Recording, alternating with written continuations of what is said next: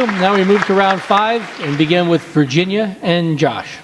The last presidential election, while disappointing the Democrats, brought out new activists in a wave that hasn't been seen in recent years. What have you done to engage with the activist community in the Central Valley? How will this affect the election, and how will you win the primary?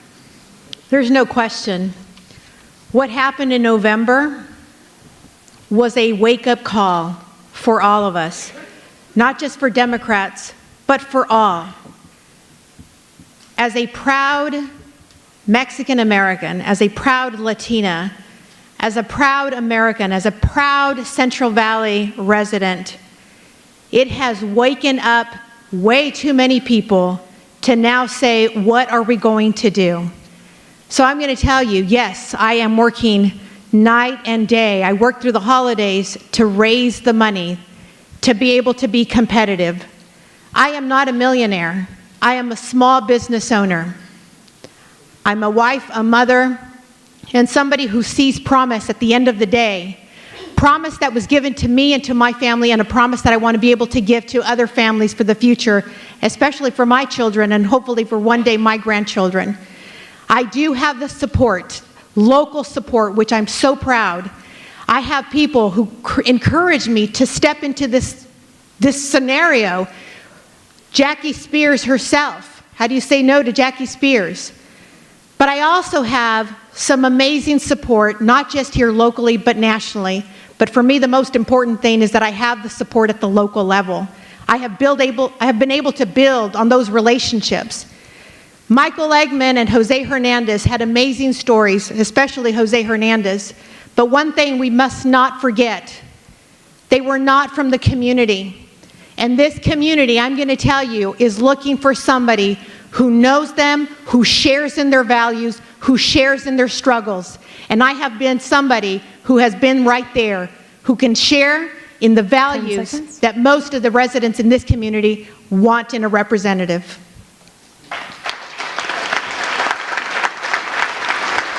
All right, Josh, 2 minutes.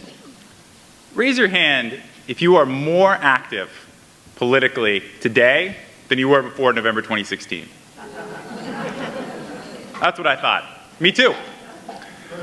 That's the story that's going to win this election. We've already seen it across the country. We've seen it in Virginia.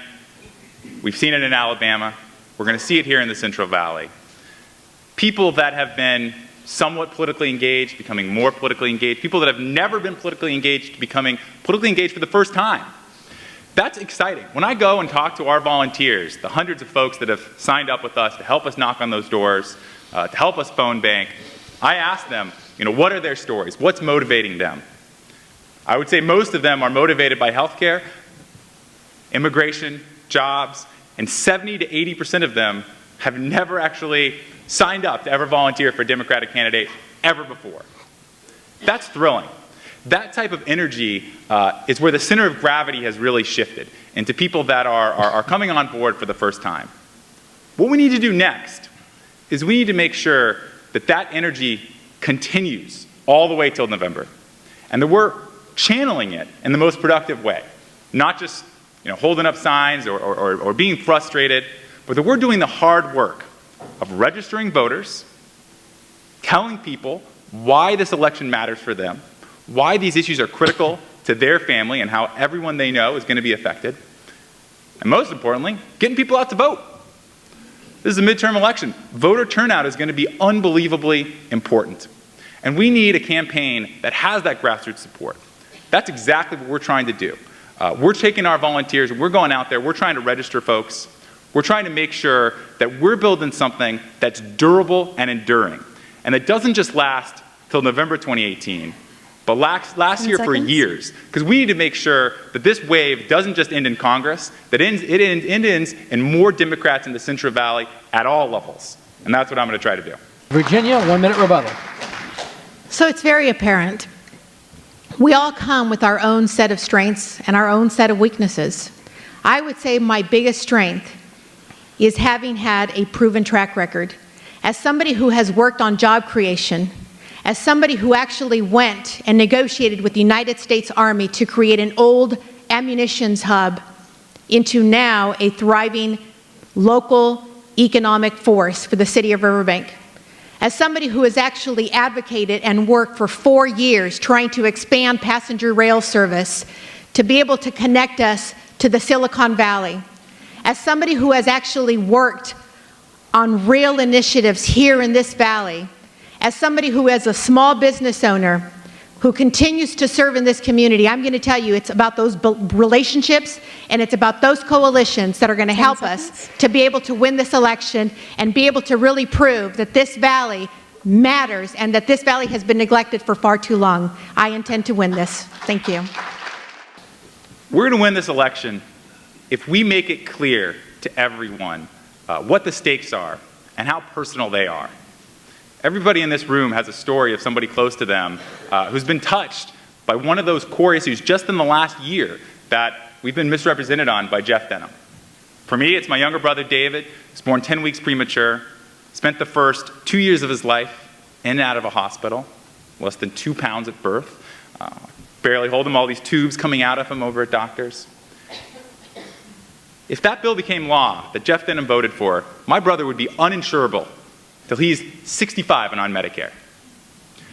Those are the sorts of stories that everyone in this room has. And if we go out there and we compellingly tell them to every person that we meet, we will make sure that this momentum holds and that we get Jeff Denham out of office once and for all come November. Thank you. The Central Valley has seen a lot of interest both regionally and nationally in this race. What work have you done to engage local voters and new activists, and what distinguishes you from the other Democratic candidates, and how will you win that primary? What distinguishes me is that my support comes from you, from the very people that live in this valley. We've heard about large amounts of money that has been raised. I think it's important to look at where those donations come from. My supporters come from Congressional District 10. My donors are, hundreds of them, are from Congressional District 10. They are not from the East Coast or from the Bay Area. They are local donors. I think that is one thing to look at initially. I have attended various groups in the community. I've been in Turlock with Be the Change. I will be attending anywhere that I am invited to share my message about how important it is to beat Jeff Denham in this election. And I stand by my word that my deep roots in the valley and my work in this community is what will get me elected. One group that I do participate in that I failed to mention earlier is the Stanislaus County Interfaith Council, where I work with the local rabbi from Congregation Beth Shalom, with the imam from our mosque, and have established very close relationships with them. These are groups that I'm with on a weekly basis, and we work together to fight discrimination, religious discrimination, racial discrimination. So I will continue to, I've been to Turlock Walking Main Street, my Main Street Walking program. I have been to Tracy. I will visit every community. I believe there's 22 communities in Congressional District 10, and I will be at every one of them. Thank you. So yes, there's a lot of talk about money now, but that's why this debate's very important, because in the next few weeks, delegates here will be choosing on what nominee is going to represent the Democratic Party for this district. There will be much more money available then, and that's just the reality. If you look at historical figures, and then especially with the attention that this race has been getting. I guess one of my advantages is that I know the difference between an active congressman and then a comfortable congressman. Go ahead and guess which one we have here. But basically, an active congressman makes himself accessible to constituents. Like I've said, they know what their power are, and not just the bully pulpit. Anybody can, we have examples of leaders that just like to talk. But basically, it's knowing what actions you can take, supporting what grants, knowing what different levels of government that you can utilize to get things done, whether it's from special districts to the federal level. I've been talking with groups the same way many of these candidates have, and voters and non-voters alike, because I don't know, I don't hear it much, but those non-voters, they have children and family members that do vote. So it's not about just, I guess yes, it is about being strategic, but it's about getting your message out there to anybody that may share a story that rings true to yours. Thank you. A follow-up question to Sue.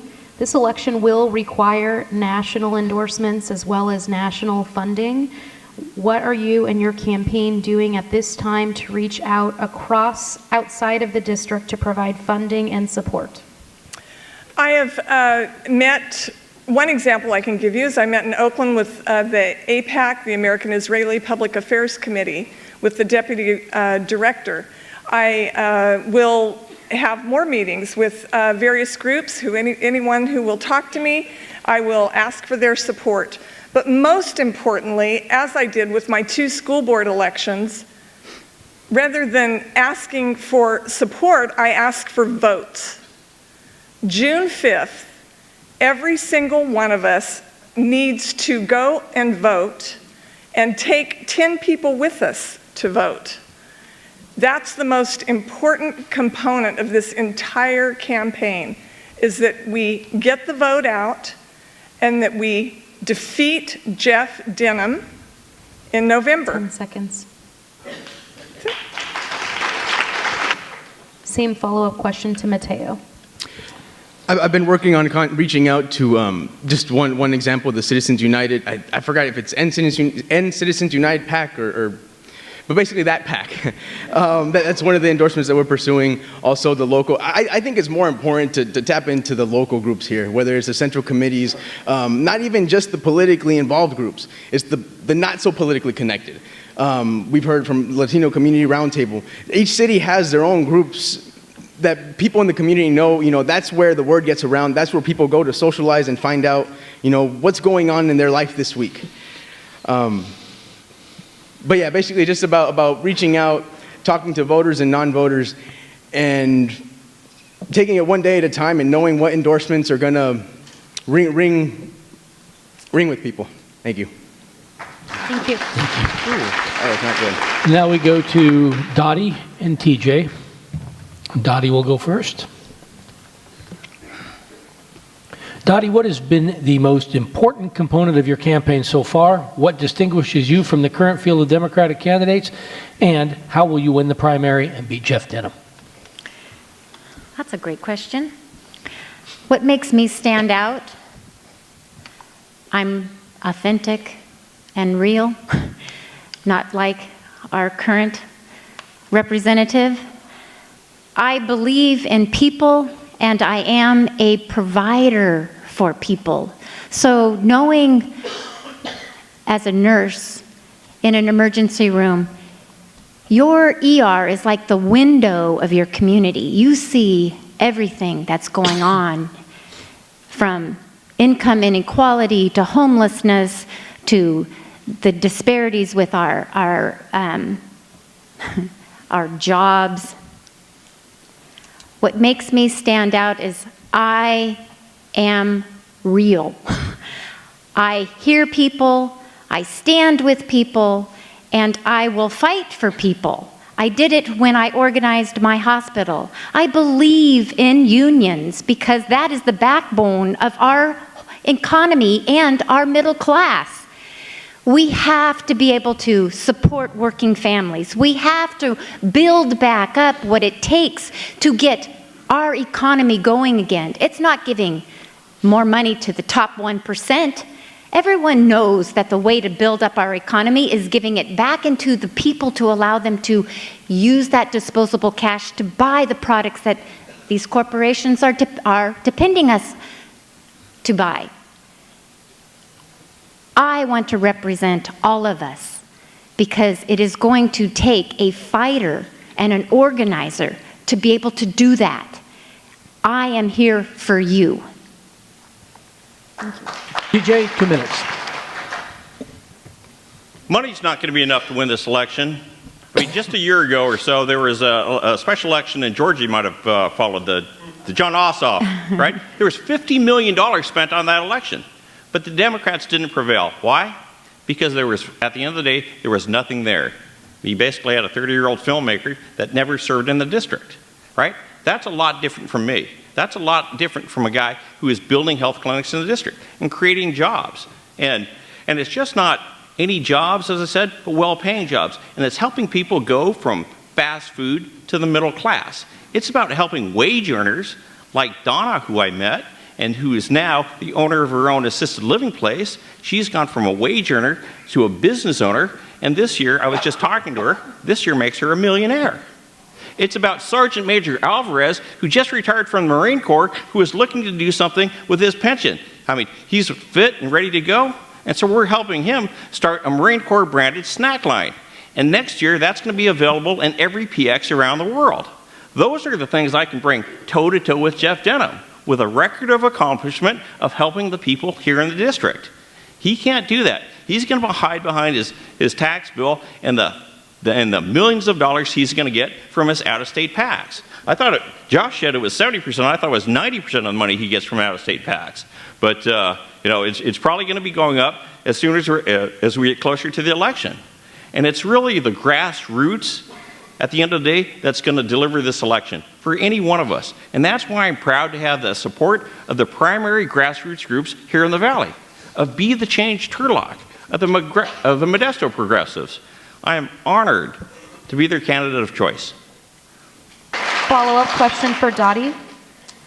How are you engaging with national and non-local activist groups, PACs, and other fundraising opportunities and endorsements? I am proud to stand before everyone here to say that I am a corporate-free candidate. I have actually reached out to many national organizations. So I just received, I do have the national endorsement from National Nurses United, California Nurses Association. I have reached out to many of our own local groups. I, being a union member, have actually been in front of many of our union organizations in seeking their endorsement. I have received just locally our Revolution endorsement from San Joaquin County. I believe that, you know, the endorsements resonate your message. So I am looking at what people are coming forward to believe in me and back me. So I know that there are a lot of other... Thank you. I cut Dottie off 3 times. Dottie, go ahead and finish your statement. I'm sorry. Yes. That's okay. I just want to say that, you know, the endorsements are very important because that is your message being able to resonate with that group. And if you can go on my webpage, I am drawing a blank with all the endorsements that I have received. I just picked up 2 more this past week. So I hope that you can look that, yes, people do see my message is resonating with people because I want to speak up for everyone. Thank you, Dottie. TJ, how have you specifically been working with local, regional, and national groups to provide both financial support as well as endorsements? Well, we've certainly, I think, the entire field's been reaching out to all the national groups, to meeting to whoever they can to get their endorsements and their supports and ultimately their cash. And we've been doing the same thing. And I mean, there's just too many and too numerous to list off here tonight. But the thing is, we've been getting out there, but more importantly, we've been working with the grassroots groups to really get the true support of the district behind us. Because otherwise, why would we be running? If the dogs don't like the food, you can't make them eat it.